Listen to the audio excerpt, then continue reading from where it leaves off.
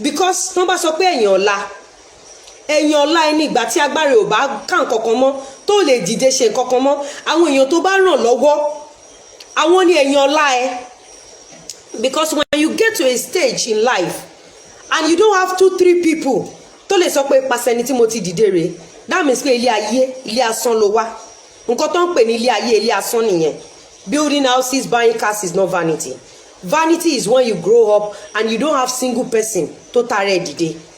So kíní máa wà ní back of my mind. Mo okay, no problem, go and bring him. Ó ní bọ̀bọ́ yẹn máa dé láti lóyìn. Bọ̀bọ́ yẹn dé láti lóyìn bọ̀ wá bá mi nílé. Ìgbà tó wá bá mi nílé, ó ra gift wá fún wa, which is Michael Kors wristwatch àti bag, powder blue. Ọmọ ọ̀dọ̀ mi tẹ́ pé wà lé nísìn, màá gbé gift yẹn jáde ẹ máa rí. Ìgbà tó dẹ̀ wá fún mi, mo dẹ̀ appreciate ẹ̀. Ó dẹ̀ wá, òun fẹ́ ṣe program kan, òun fẹ́ pe Aláàfin, òun fẹ́ ṣe, òun fẹ́ mọ̀. Mo ní okay, I will try my best. Mo ní kó lọ sọ́dọ̀ Aláàfin, ó dẹ̀ kó lọ bí ẹ̀ẹ̀mejì mẹ́ta kò rí bàbá. Ó wá padà sí Canada, ó padà sí ìlú tó ti wá ní Canada. Ó wá pè mí, sister ẹjọ́ ẹ ṣàánú òun. Èyí tó fi lọ sáàfin gan tó 4 times 5 times, I don't know ṣá. Because ṣẹ́rí ilé ayé tí wọ́n bá ń sọ̀rọ̀, tó bá sọ̀rọ̀ láti gbé èèyàn ṣubú, ìwọ náà á ṣubú. But tó bá sọ òótọ́ lè korò, ó lè ra pálápálá, but tó bá dijọ́ kan máa catch up. Then I'm not here to bring anybody down. Because tó bá fẹ́ mú yàn wálẹ̀ tọ́lọ́run ò bá ready àti mẹ́ni yẹn wálẹ̀, ìwọ gangan tó fẹ́ mú wálẹ̀, you are in deep trouble. So when you are talking or you're trying to do something, consider the fact that ẹni ìhùn mi mú wálẹ̀, but ṣé wọn lọ́n kó mú wálẹ̀? So tí ò bá wọn lọ́n láti mú wálẹ̀, ó máa padà tẹ́ni. So nǹkan tójú mi tó máa sọ, ìtójú mi rí máa sọ, ìtójú mi ò rí mi ní sọ. So mo dẹ̀ gbéra kúrò nílé, mo dẹ̀ lọ sí palace. Mo dé palace gan, bàbá strong. Bàbá bá ṣe gbóhùn mi, bàbá ní kán yọjú pé kí n yọjú sáwọn. Mo dẹ̀ wọnú palace, mo kí bàbá. Bá mi, ọmọ yín kan báyìí. Bàbá ní ó dà tó bá sọ pé ó yá, ó ti yá náà nìyẹn. Inú mi dẹ̀ dùn, mo kí bàbá. Mo dẹ̀ pé òun náà, ó dẹ̀ bá bàbá sọ̀rọ̀. Bàbá ní okay tó bá ṣe lọ arrange everything ká jẹ́ kí àwọn ọmọ inú ẹ̀ dẹ̀ dùn. Mo dẹ̀ padà sí mi lè dé kó padà lọ́jọ́ yẹn, so mo sùn Ìbàdàn. Nígbà tó dijọ́ kejì mo wá sí Èkó, a dẹ̀ bẹ̀rẹ̀ preparation. Ìgbà tó yẹ ó pè mí, ó ní Alhaji olórin kan mo forúkọ bò ó láṣìírí torí pé mo máa fún bọ̀bọ̀ 72 hours kó ṣe àtúnṣe. Tó o bá ṣe àtúnṣe within 72 hours mi ní hold back láti ṣe worst mi fún ẹ. O lè dúpẹ́ mi, nǹkan tó ṣe fún èmi ni mo fẹ́ explain fún yín, because ẹ máa ní pé artist, ẹ máa ní Lizzy kò báyọ̀ ṣe, Lizzy ó ṣe gbá, Lizzy ṣàwo. Mo fẹ́ kẹ́ tó bá jẹ̀bi tèmi bẹ̀ kẹ́ dá mi nínú ọ̀rọ̀ tó wà lẹ̀, and mo ready láti gba ẹ̀bi. Mo dẹ̀ padà sí Èkó. Nígbà tó ní pé Alhaji kan olórin ni wọ́n gbowó lọ́wọ́ òun, wọ́n fẹ́ bà tòun jẹ́, wọ́n làwọn máa kọrin fóun kìnnìkan. Mo bá gbé fóònù. Ṣẹ́rí ilé ayé yìí, money is nothing. Iṣẹ́ tó bá fún mi lówó jù ni máa fẹ́ fara sí, because iṣẹ́ tó fún mi lówó mo bí pé tí n bá fara sí Ọlọ́run máa san mí ní lọ́pọ̀lọpọ̀. Orí Ọlọ́run dẹ̀ ju owó lọ. So I won't wait pé kó fún mi lówó àbí nǹkan kan. Mo bá kí aago mọ́lẹ̀, mo bá pe manager Alhaji yẹn, mo kọ́ fún bọ̀dá yẹn lé pé ẹ̀mí mi ó ní wùrùwùrù ni mí, tí n bá ṣe wùrùwùrù mi ó ti tán bẹ́ẹ̀. Mo bá fún bọ̀dá yẹn lé pé pẹ́fẹ́ bá yé ọmọ lọ́mọ jẹ́, ẹni pé ó ṣe ń grow ni báṣà. Àwọn bọ̀dá yẹn bá ní owó tí mo òun gan fúnra ẹ̀ máa wà lórí kọ́, owó tí mo fi pe àwọn pípù yìí mo ṣàfọ̀sùn, mo make sure pé wọ́n fún bọ̀bọ̀ ẹni owó ẹ̀ padà. So ìgbà tí àsìkò visa tó, ó ní pé òun á ṣe visa fún èmi, òun á ṣe ticket fún mi. Èmi kẹ̀dẹ̀ ní bí ọ̀rọ̀ tí mo sọ fún yín earlier, kò sí àǹfààní nínú kí ìwọ ga kó má gbé àwọn ọmọ tó súnmọ́ ẹ. Mo sọ pé tó bá máa gbé mi o, Àríkẹ́ ń lọ, àwọn ọmọọṣẹ́ mi ń lọ, but máa sanwó visa fee gbogbo àwọn tó kù yẹn, ò ní ìdá ti sanwó. Dọ́tà mi olóhùn àbá mi sanwó dọ́tà mi, mo ní okay no problem. Àríkẹ́, Aliu, Ṣeun, like 10 to 20 of them I paid from my pocket. Pé tó bá yẹ pé àwọn ọmọ yìí tí wọn náà bá dán ó lè jẹ́ pé èmi náà ni màá ní ìdẹ́pù àwọn ọmọ yẹn bó mi ò tiẹ̀ ní ìdẹ́pù wọn á ní gbogbo máa ṣeré kọ́mọ̀ pé ipasẹ̀ arábìnrin làwọn náà ti gòkè at least nǹkan tá a wáyé wá ṣe nìyẹn. Life is not about me alone. So ọ̀rẹ́ mi kan wà wọ́n pè ní Ọpẹ́ ó ní ọjà kan ní Ọgbà kí lórúkọ ọjà yẹn náà Sunday market ó ń ta Senegal. Èèyàn dáadáa lọ́pẹ́ sí mi Ọpẹ́ wá pè mí sí time yẹn ló bá bẹ̀rẹ̀ sí ní sunkún pé òun pé nǹkan ò lọ déédéé kí ni wo Ọpẹ́ ọmọ tó ṣẹlẹ̀ ó ti ẹ̀dá tó pè sásìkò lọ mú international passport ẹ wá iye báyìí ni bọ̀bọ́ yìí lòun máa gbà fún visa fee àti document lọ́wọ́ ayé báyìí wà máa bẹ́ẹ̀ fi iye báyìí kún ó ní kò sówó lọ́wọ́ òun ní mìíràn tí ní máa bẹ́ẹ̀ fi iye báyìí kún ó ní odò wọn á lọ yáwó gẹ́ ìbá lọ yáwó ó ní ọmọ kan náà ó ń ṣiṣẹ́ ní company kan ìyẹn tẹ̀tọ́ pé òun fẹ́ fi ṣẹlẹ̀ mo má fi ṣẹlẹ̀ má jẹ́ ká gbókùkù òjò ká da omi agbádànù mo kọ meet bọ̀bọ́ yẹn náà lighter mood lórí social media ní o mo kó bọ̀bọ́ yẹn náà sí bọ̀bọ́ yẹn náà lọ yáwó bọ̀bọ́ yẹn náà kó sí ilẹ̀ àwọn tó ṣàsanwó ní ìkẹ́ àmì pọ̀ yàtọ̀ sáwọn tèmi sanwó fún so ngbà tí visa jáde visa tèmi jáde visa àwọn tó kù ò jáde visa dọ́tà mi náà ò jáde ló bá ní yẹn wọ́n pẹ́ǹdì ẹ̀ ni wọ́n pẹ́ǹdì visa yẹn ni wọ́n pẹ́ǹdì visa yẹn ni mo ní okay since ọtí ń pẹ́ǹdì ẹ̀ ní dúró because kò sí dúró kò sí bẹ̀rẹ̀ nǹkan tèmi bá ti lọ́wọ́ sí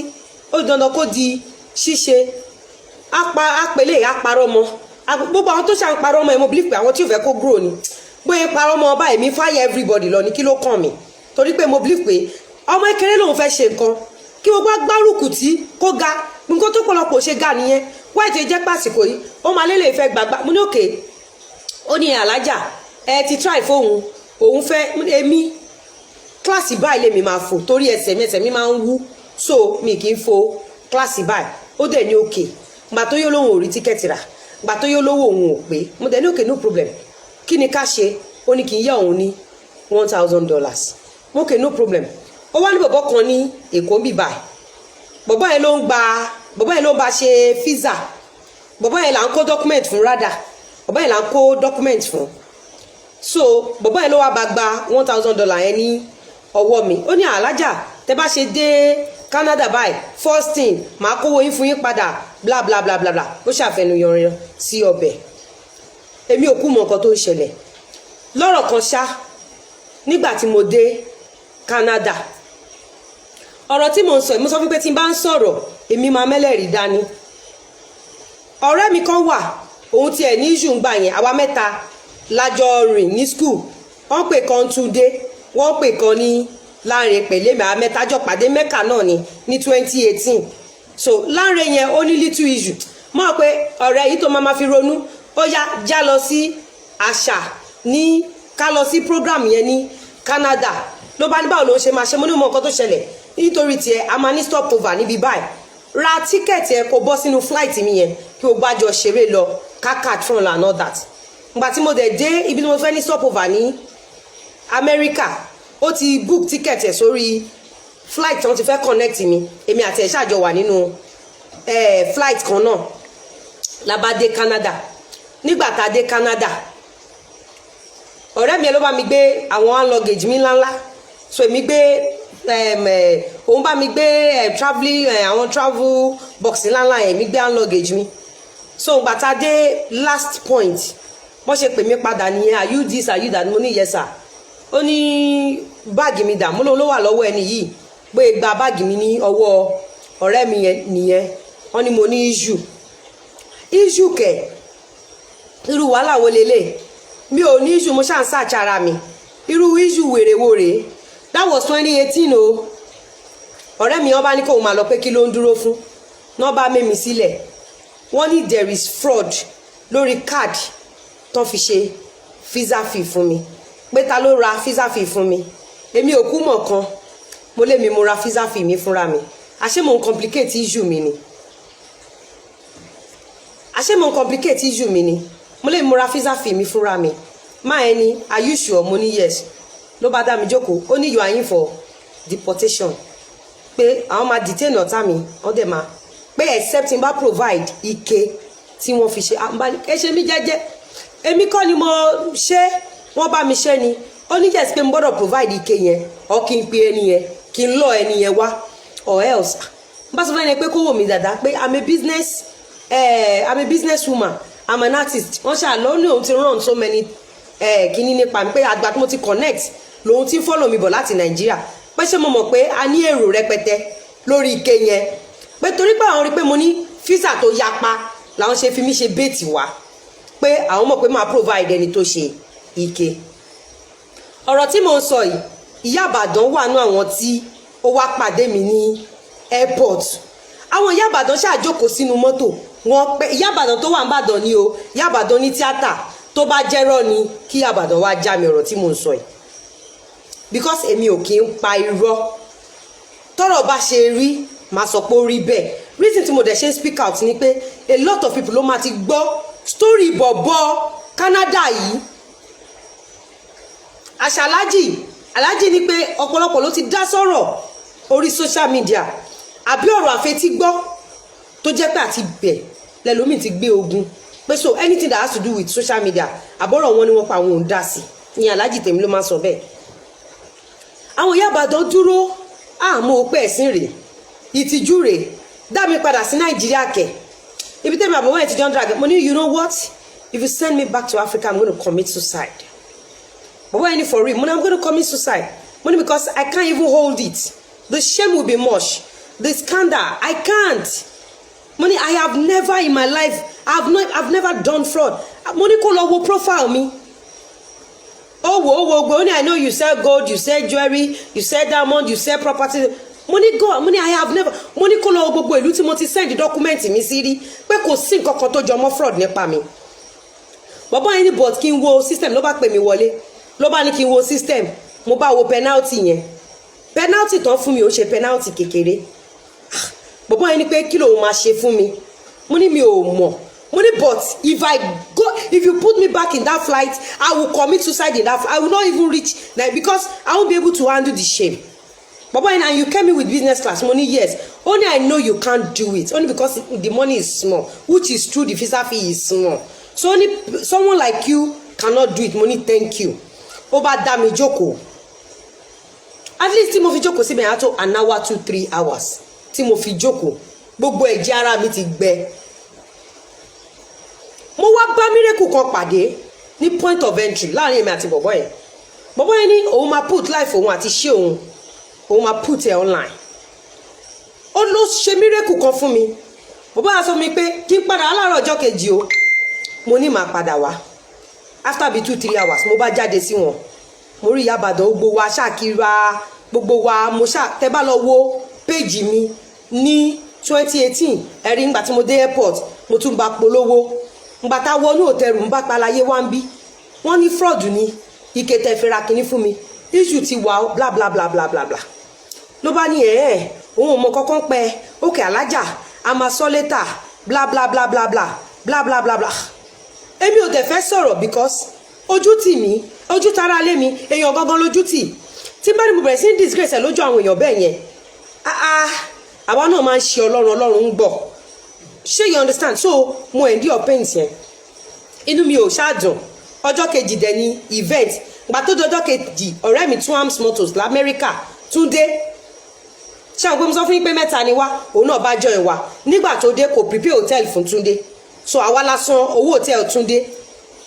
meanwhile ọjọ́ táwa dé àfi bẹ́ẹ̀ láṣọ tútù a lọ sí store a la fẹ́ ra sweater a dẹ̀ yá bóyá $80 $150 lọ́wọ́ something like that ṣá bóyá ṣé àwọn kó sọ pé òun máa fún mi lówó mi tí n bá ṣe ń dé Canada so ngbà tí Túndé dé àwa gba hotel fún Túndé tó ju owó tí àwa yọ nínú káàdì ẹ̀yẹn lọ bọ́yìn omi gbogbo nǹkan tó wà lọ́kàn mi ni pé kí show yẹn kó wà successful. Àríkẹ́ wọn ní due to poor wireless má jẹ́ kí àwọn èèyàn ẹ ṣe báyìí fún wa.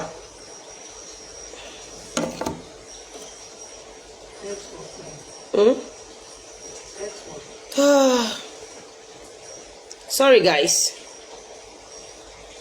Ibo ni kíní wà ń bí báyìí náà. Okay.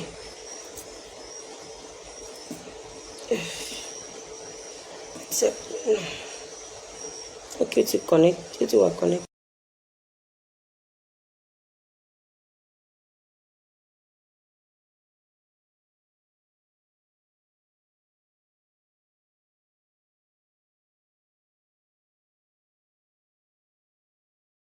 Ó dé kògbó tí àwa ṣàlàgbò tí ẹ pé kójú má tì. Gbogbo ọ̀rọ̀ yìí mo fún ẹ ní 72 hours. 72 hours. Kó fi lọ yanjú gbogbo nǹkan tó yẹ kó yanjú. Tí ò bá yanjú gbogbo nǹkan tó yẹ kó yanjú, èmi àti ẹjọ́ máa mú nǹkan lẹ̀ tó pọ̀ gan. Torí pé ọ̀rọ̀ yìí sìn mo rọra ń bù lẹ́gbẹ̀lẹ́gbẹ̀ mi ò bú tán. Tí ò bá yanjú nǹkan tó yẹ kó yanjú within 72 hours. Wàá ṣẹ̀rí dímọ̀ yìí mi. Ó sọ fún mi àwọn àǹtí kan àwọn àǹtí wa kan ní industry tán wà ní Canada ní Toronto wọn àwọn jọ bẹ̀rẹ̀ ni wọ́n fẹ́ bà yé òun jẹ́ mo tẹ́ ọkọ́ knock àwọn àǹtí yẹn off náà pé àléèyàn fẹ́ dìde sókè ẹ̀dẹ̀ ń knock ẹ̀ off ẹ̀ fẹ́ kó jẹ́yàn kí iṣẹ́ àmọ́ fọ̀rọ̀ gúnláàrọ̀ ọjọ́ kejì mo jí lọ sí airport mo lọ bá bọ̀bọ̀ yẹn mo ní bọ̀bọ̀ yẹn fún mi nọ́mbà ẹ̀jẹ̀ nínú ó ní bàtà láti dé airport kí n béèrè báyìí mo bá jí lọ sí airport bọ̀bọ̀ yẹn ní pé penalty tán fún mi òun ní issue òun ó ṣàsọ fún mi pé kí n jọ kí n padà wá ngbà tí à ń pè apárí ti Winnipeg nígbà tá à ń ṣe ti Winnipeg lọ nígbà tí mo wà Nàìjíríà mo sọ fún ẹ mo ní bàbá mo rí yín sà mo rí yín sà mo rí yín sà mo rí kedere lẹ́wọ̀n bí sà ẹ ṣàfẹ́ ṣó a ti rí yín bàbá so mo ìgbà tó tí mo ń prepare bí báyìí mo ní gbogbo aṣọ tó máa wọ̀ fún vent bàbá mo rí ẹ̀yin lélẹ̀ yẹn gangan lẹ́wà ń bẹ̀ ẹ ṣàjáde ẹ jáde aláàjì fídíò yìí ṣe báyìí náà stop ẹ̀ náà so mo ní pé gbogbo aṣọ tó fẹ́ wọ̀ máa ṣe fún Ọlọ́run dẹ̀ ràn mí lọ́wọ́ because ọ̀tọ̀ ni kò promise èèyàn ọ̀tọ̀ ni kò lè meet up ó ní òun ní àwọn òyìnbó kan pé àwọn òyìnbó yẹn ló fún òun ní nọ́mbà kò ń up mo bá òyìnbó mélòó ni ó sọ wọ́n fún mi mo bá gbéra mo bẹ̀ sí ń ṣaṣa àwọn òyìnbó yẹn mo ṣe special aṣọ fún wọn láṣọ ìbílẹ̀ bí mo ṣe dé ọ̀hún náà ti gbé wa lọ bá àwọn òyìnbó yẹn mo ti tẹ strong aṣọ yẹn nínú òyìnbó yẹn ń dùn ṣìn just to package this guy just to support this guy just to promote this guy because mo believe wípé láì gba kọ́bọ̀ lọ́wọ́ ẹ o mo believe pé ibi tèmi bá rún ẹ lọ́wọ́ dé Ọlọ́run á rún èmi náà lọ́wọ́ jù bẹ́ẹ̀ lọ ó dẹ̀ lè jẹ́wọ́ ló máa ran ọmọ mi lọ́wọ́ lọ́la ó lè jẹ́wọ́ ló máa ran ọmọ mi lọ́wọ́ ní ọ̀túnla. You see, supporting people, helping people, I know what it means. It's very huge to see pé èèyàn ìfẹ́ ràn yàn lọ́wọ́ àìmọye olówó tí ò ràn yàn lọ́wọ́ àìmọye ẹni tí ò ní tí ò ràn yàn lọ́wọ́ giving inú ẹ̀jẹ̀ ló wà ẹni tó lọ́n bá dẹ̀ rán síyàn ló ń ṣe. Mo náwó agbáṣọ lọ fáwọn òyìnbó bá tó dalẹ̀ pátí àwọn òyìnbó wá inú wọn ń dùn nínú òyìnbó yẹn ń dùn ló ṣàǹṣe ló mọ̀ ló ń ṣe ló ìbànújẹ́ kúnnú ọkàn mi. Àwọn ọ̀rẹ́ mi kan náà wà èmi ni mo ṣaṣọ fún wọn tọ́wọ́ wá sí event yẹn látàpọ̀ mi just to make the place look good. Bàtà parí ti Winnipeg ló bá ní pé à ń lọ sí Toronto mo bá pa àwọn tèmi ní Toronto àwọn fans mi àwọn àti Tóyìn ní Canada ní Toronto ẹ wá jẹ́ mi lẹ́rìí tí n bá parọ́ àti yẹn láwọn ò mọ ọ̀bọ̀n yẹn number 1 number 2 Starboy ló ní Toronto pé anybody ò lè wọ bí máa ti yẹ pé ẹ wo Starboy no Starboy kò kàn mí anyway já fún orúkọ yẹn sókè ẹni tẹ́mi gbé wá leléyìí tẹ́ bá dẹ̀ jẹ́ fans mi ó fẹ́ kẹ́ kóra yín jọ kẹ́ wá yẹ mi sí èmi gangan ni mò ń bọ̀ àwọn tí ẹ bá nítorí tèmi àwọn abámiwọ̀ èèyàn bíi 40 or 50 or 25 ṣá pé ṣé mo mọ̀ pé impromptu ni pé a fẹ́ ṣe event ní ọ̀la mo ṣe ń sọ fún àwọn ní èní mo ṣáà ní anyhow ẹ bá mi kóra yín jọ àwọn àti yẹn bá dẹ̀ kóra wọn jọ. Ẹ má wọ̀ pé mi ní issue pẹ̀lú ọ̀rọ̀ visa àti ike o ó dẹ̀ ó ní ká ṣe ticket ó ní ticket kan ló ní kí aṣáàṣe ìgbà tẹ́mi dé airport mi fẹ́ fi ìlú yẹn sílẹ̀ because mo ní issue bọ́n torí tiẹ̀ mo díẹ̀ òfin tán fún mi flight tí mo fẹ́ wọ̀ wọ́n ní flight yẹn small flight ni pé kò lè gbé hand luggage kan lẹ́yìn handbag pé tí bá máa dúró kí n dúró fún next flight tó lè bá mi gbé luggage mi which is 57 minutes different mo dẹ̀ wọ flight yẹn Twams motor ló wá gbé mi ní airport ìgbà tí Twams motor wá pé mi ní Túndé má jẹ́ ká lọ change Túndé ní àkínjẹ́ ká lọ change mo ní má jà lọ change mo ní sori tèmi bá ti dá nǹkan sílẹ̀ mo máa ń ṣe láṣeyanjú ni eléyìí tí a ti dá sílẹ̀ yìí gbogbo a máa ṣe ní àṣeyanjú ni. A bá lọ sí event mo débẹ̀ pẹ̀lú aṣọ tútù mo wọbẹ̀ mo rí ọ̀rẹ́ mi honourable fellow honourable mi comrade ni wọ́n pè ní mélòó nígbà tí mo wà lóṣù president ní mélòó honourable lèmi èmi dẹ̀ tọ̀ fún wọn ní school bí mo ṣe débẹ̀ báyìí mo rí àwọn ọmọ oṣù tó jẹ́ comrade náà ti ń kọrin solidarity forever solidarity forever solidarity forever nọ́bẹ̀ sí ní kọrin mo mọ̀ kán fẹ́ mú sí mi lórí mo ṣáà kí wọn kí ni gbogbo wọn ní nítorí pé mo ń bọ̀ ní gbogbo àwọn ṣe wá àwọn wá yẹ mi sí but tó bá parí program yìí àwọn fẹ́ ṣe program